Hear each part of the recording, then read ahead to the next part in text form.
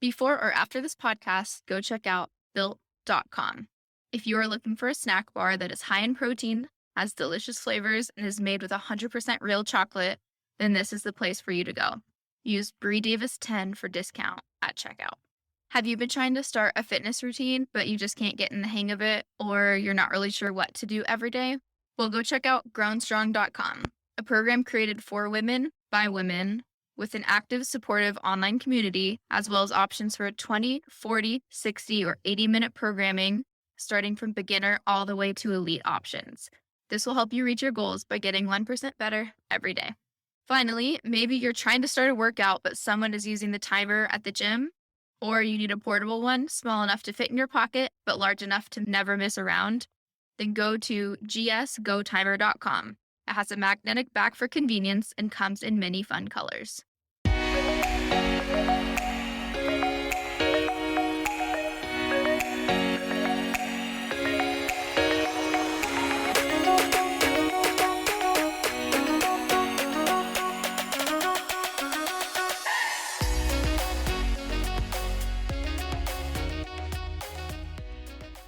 Hello, and welcome to Dr. Bree Davis, the podcast, hosted by me, Dr. Bree. But to pretty much everyone other than a few of my patients, I just go by Bree. Are you a I need my beauty sleep type person, or a I can sleep when I'm dead type person? Are you a night owl, or are you an early bird gets the worm? Well, today we're going to talk about the importance of sleep. But first, a life hack.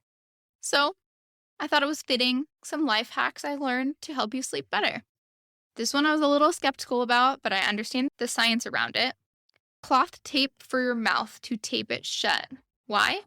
So you're only breathing through your nose. What does this do? Well, you get the benefits of nitric oxide, which helps decrease thirst and therefore urination throughout the night, allowing you to have a deeper sleep that's less interrupted. And it can keep you from snoring. Second, try not to use sleeping pills and tonics. This decreases your natural production of sleep hormones. So try kiwi. It's rich in folate, which is found to create sleep-inducing chemicals in the brain like dopamine and serotonin. Third, hold your breath. This is called the epoch test. It's an instant tool to calm down. First, take 3 deep breaths only through your nose, deep into your diaphragm, and then blow it out through your nose. Try the tempo. Breathe 6 in, hold for 1, breathe 6 out. After your third breath, cover your nose and hold your breath until you feel the urge to breathe, and then exhale. Repeat this 3 times. Finally, for those of you who want to do electronics, even though it's really bad for you because the electronics have lights like blue light and yellow lights that tell your body to stay awake and not get sleepy, try blue light glasses. Artificial light is similar to the sun for us, so even if something is just charging in our room, this can impact us. Our eyes will get heavier, adjusting to less UV stimulation with these blue light glasses, and also help with less headaches. Anyways, either way, sleep makes you feel better overall. Physically, mentally, emotionally, socially, you name it. But the importance of sleep goes way beyond simply just boosting your mood, feeling rested, or banishing those under-eye bags and circles. Getting appropriate sleep is essential to life longevity, healthy lifestyle, and can benefit so many things. Just to name a few: your brain, heart, muscle growth and recovery, weight management, mindset, and learning. So go ahead and hit that snooze. Take a nap and go to bed a little early. Insufficient or non-quality sleep is linked to poor health, more diseases and illnesses, depression, cardiovascular disease, and many more troubling things that cause us to head more toward that sickness end of our continuum in that health, fitness, wellness continuum. But first, what is sleep? Well, we spend about 1/3 of our day here. It's when our brain and body rests and relaxes, repairs, and prepares for the next day. It's when our brain has the ability and time to purge toxic wastes and remove these toxins from our brain. It can practice actions to improve life and success in our future, survival, and these can help to see and plan probable future events to learn efficiency and habit building. Think about a dishwasher. Sleep is like a dishwasher for your brain. Clears out all those built-up toxins and gets you ready for the next day. So there's 5 stages of sleep primarily. A lot of these sleep cycles are generally 5 to 15 minutes, and a whole cycle sometimes is around 90 minutes. The first is very light sleep, and then the next is very light sleep, but your body temperature starts to drop, your heart rate slows. This is your resting rate. Next, slow waves come, your delta sleep. Your body starts to repair itself here in your brain, but your brain is working hard. Next is REM cycle. This is where dreams occur. Brain activity is similar to wake schedules and the rapid eye movements, so your brain is actually working just as hard as it was if it were awake. Your cycle generally restarts after this, and you go through multiple cycles of this through the night. Sleep is also measured through breath rate and electrical changes in the brain. So therefore, it's not surprising that sleep affects our brain directly. There's different brain waves, and I won't get into all that specific details, but there's delta waves, theta waves, alpha waves, beta waves, gamma waves, and all of these have different signals telling us what our brain is doing. So you may ask, how much sleep do we need? Well, this depends. On the hierarchy of human needs, sleep is actually greater than the need to eat and even drink water. So tip, if you're lost in the wilderness, if you want to keep staying alive, it might be wise to make your decision to find a good place to sleep in general before doing the other two. Sleep helps our decision making on point. Also, in general, the more you want to move, the more you need to rest. Being alive is expensive and caloric need. So generally, at least 6 hours is necessary for adults, but ideally, even better is 7 to 8 hours a night. What happens when we sleep? Well, your mind is surprisingly busy while you sleep. During sleep, you can strengthen knowledge, memories, and skills. In your sleep, you can practice, process, and store the activities that you did while you were awake. Doing this is essential to solidifying memories, new skills, and improvement in general.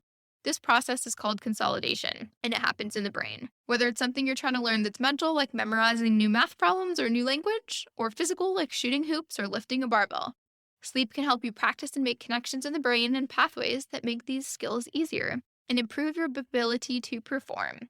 What are the benefits of sleep? Well, there's many. Helps you live longer. So too much or too little sleep can actually be associated with a shortened lifespan. But we are still unsure if this is necessarily a cause or effect. So basically, it's like the chicken or the egg debate. Also, however, with illness, sleep can become more poor, and this also hinders your body's ability to stay healthy and keep a strong immune system. Some studies looked at women between the ages of 50 to 79, and there was actually more deaths and illnesses that occurred in women who slept less than 5 hours a night compared to those who slept more than that. Sleep affects our quality of life and our longevity. If you sleep better, you live better. Sleep can curb inflammation. So inflammation is linked to disease such as heart disease, stroke, diabetes, hormone imbalance, arthritis, and premature aging. People who sleep less than 6 hours a night have higher inflammatory proteins than those who sleep more than 6 hours a night. There was a study as well that showed that the C-reactive protein that's associated with heart attack was found in higher amounts of people that slept less than 6 hours a night. Sleep can spur creativity. If you're looking to be creative or come up with some new ideas the next day, sleep can improve your brain's ability to think and create. While you're asleep, your brain reorganizes and restructures memories that can help think things in different ways and create new thoughts and build on those. The emotional component of memories as well is increased during sleep. So again, that can improve the creative process. It can improve your long-term memory in this as well. It can help you be a winner. If you're an athlete, one free legal performance-enhancing drug is sleep.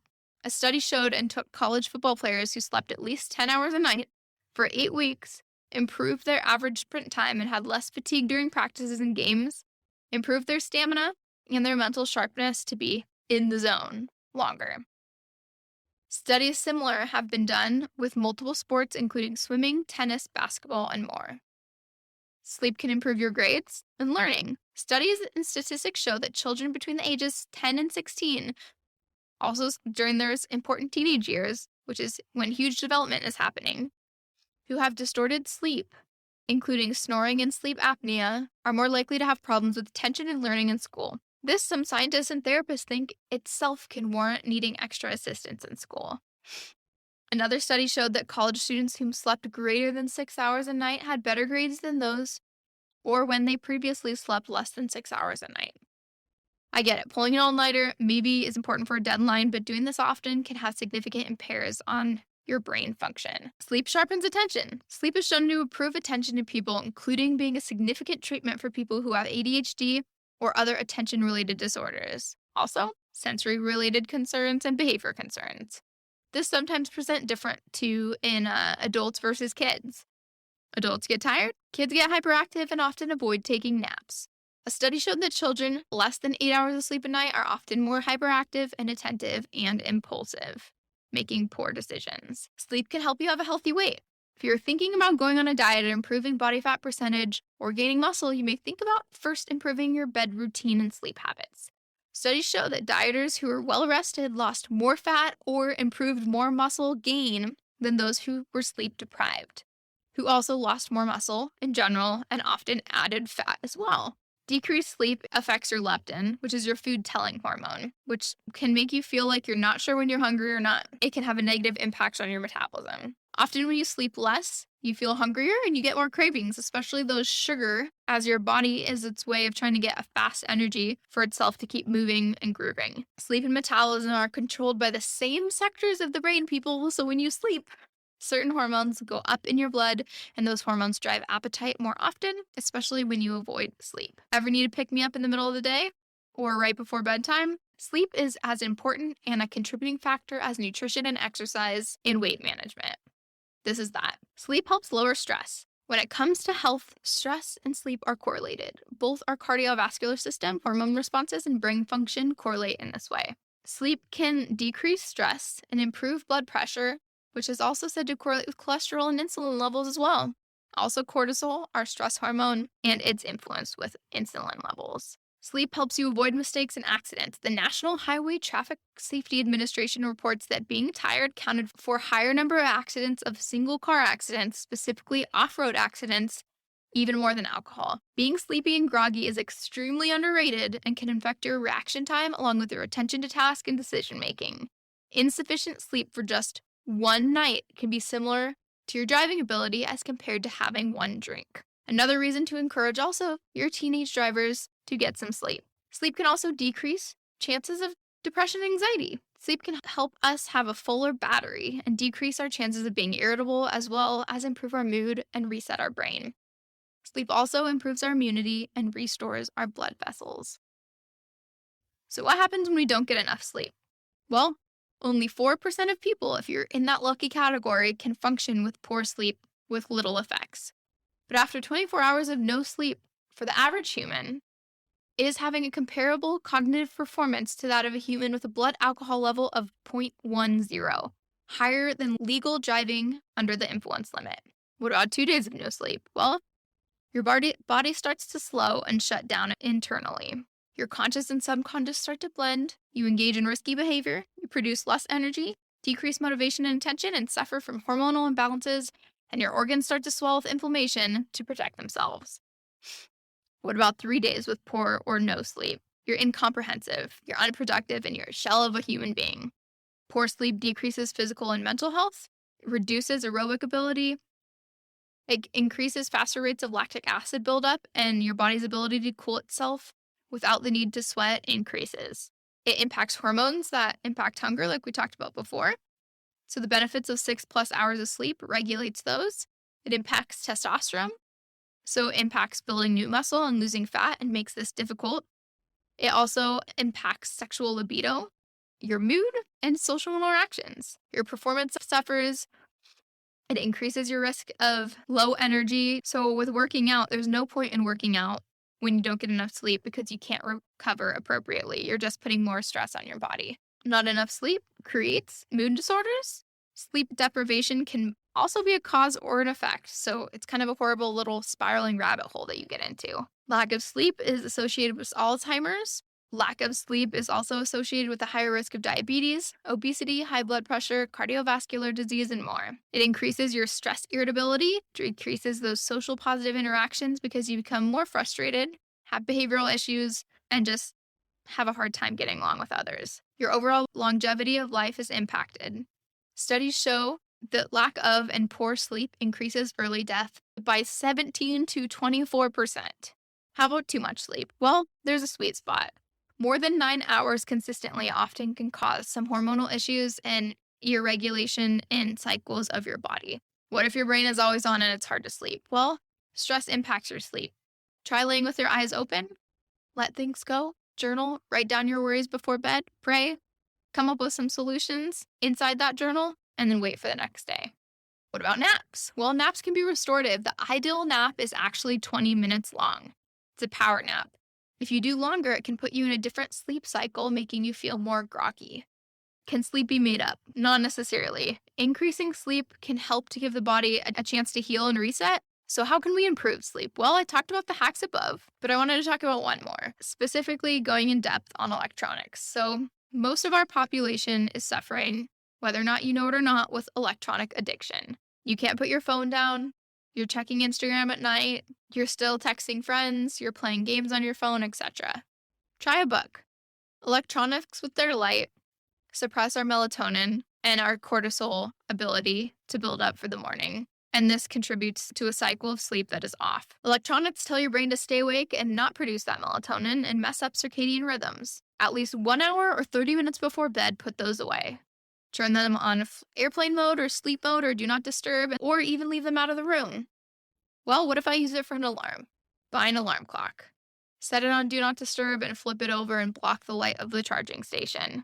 Do not disturb, you can actually put people that if they do need to call and get a hold of you, that those will go through in case of emergency. Also, for some phones, if someone calls you 3 times on do not disturb, it will go through.